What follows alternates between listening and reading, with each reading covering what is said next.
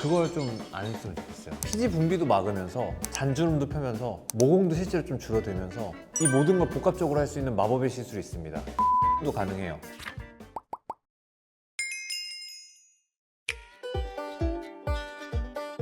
첫 번째는 피지 분비량을 줄이는 거. 모공은 뭘과 모공일까요? 모공은 땀과 뭐가 나오는 피지가 나오는 배출구, 구멍. 그게 많이 나오면은 당연히 계속 넓어질 가능성이 높잖아요. 그러니까 많이 나오지 못하게 하는 게 첫 번째 방법이고, 두 번째는 피부 탄력을 좀 좋게 만드는 방법이에요. 이게 실제로 확 작아지는 건 아닌데 탄력이 좋아지니까 안에가 채워질 수 있잖아요.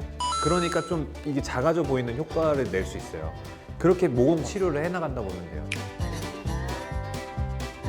피지 분비도 막으면서 잔주름도 펴면서 모공도 실제로 좀 줄어들면서 이 모든 걸 복합적으로 할 수 있는 마법의 시술이 있습니다. 스킨보톡스. 모공이 넓은 사람들은 무조건 추천이에요. 스킨보톡스를 이 앞볼 쪽에만 맞는 분들도 많아요. 나비존에 모공이 좀 넓으니까 그곳에만 스킨보톡스를 꾸준히 맞으시는 분도 많아요.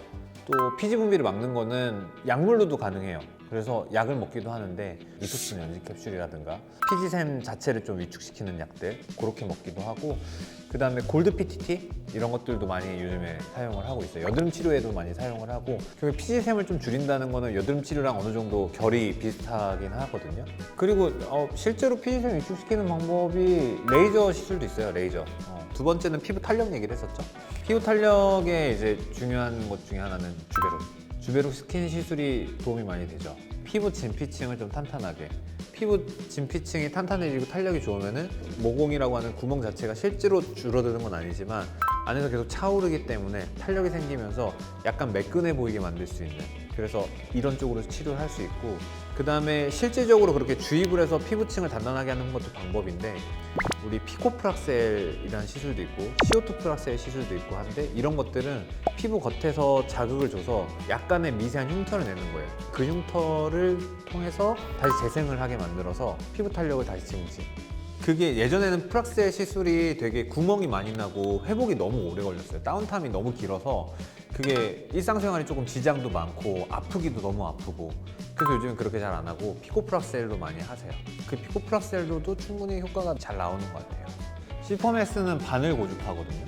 바늘을 꽂은 다음에 거기에 고주파를 쫙 흘려보내는 시술인데 재생이 일어나게 해서 모공을 채워낼 수 있다. 실제로 많이 매끈해지거든요. 그러니까 시퍼맥스가 실제로 모공 치료에 굉장히 괜찮은 거지. 집에서 하는 팁이라면은 그냥 손으로 안 건드는 거? 그게 제일 중요한 것 같아요. 모공이 늘어나 있는 분들은 거기에 블랙헤드도 많이 끼고 문제가 실제로 많다 보니까 거기를 자꾸 손으로 건든다거나 짠다거나 하는 것들을 되게 많이 하시거든요. 그래서 그걸 좀 안 했으면 좋겠어요. 병원에 와서 시술로 고치기. 집에서 너무 많이 손으로 건드려서 모공을 계속 키워서 병원에 오면은 다시 줄이기가 너무 힘들거든요. 한번 너무 늘어난 모공은 다시 줄이는 게 많이 힘들어요. 그래서 계속 관리해 나가기, 더 키우지 않고 라는 얘기를 꼭 해드리고 싶고요. 이건 여드름의 측면에서도 되게 도움이 되는 것들인데, 결국엔 피지샘들이 막 폭발해서 여기에 자꾸 여드름이 생기고 또 피부 트러블이 나고 그런 것들이 모공에 당연히 좋을 리가 없잖아요. 그래서 그런 피부 트러블 관리, 일단은 수면, 그리고 음주 하시면 당연히 안 되겠죠. 네. 그다음에 세안, 약산성으로 하시되 여드름이 잘 나는 부위들, 그런 부위들은 좀 자주. 그래서 결론은 결국엔 집에서 할 수 있는 것보다 전문가들이 할 수 있는 게 좀 많은 부분이 모공이에요. 가급적이면 전문가 상담해 주셨으면 좋겠고, 궁금한 거 있으시면 댓글 남겨주시면 답변해 드리도록 하겠습니다.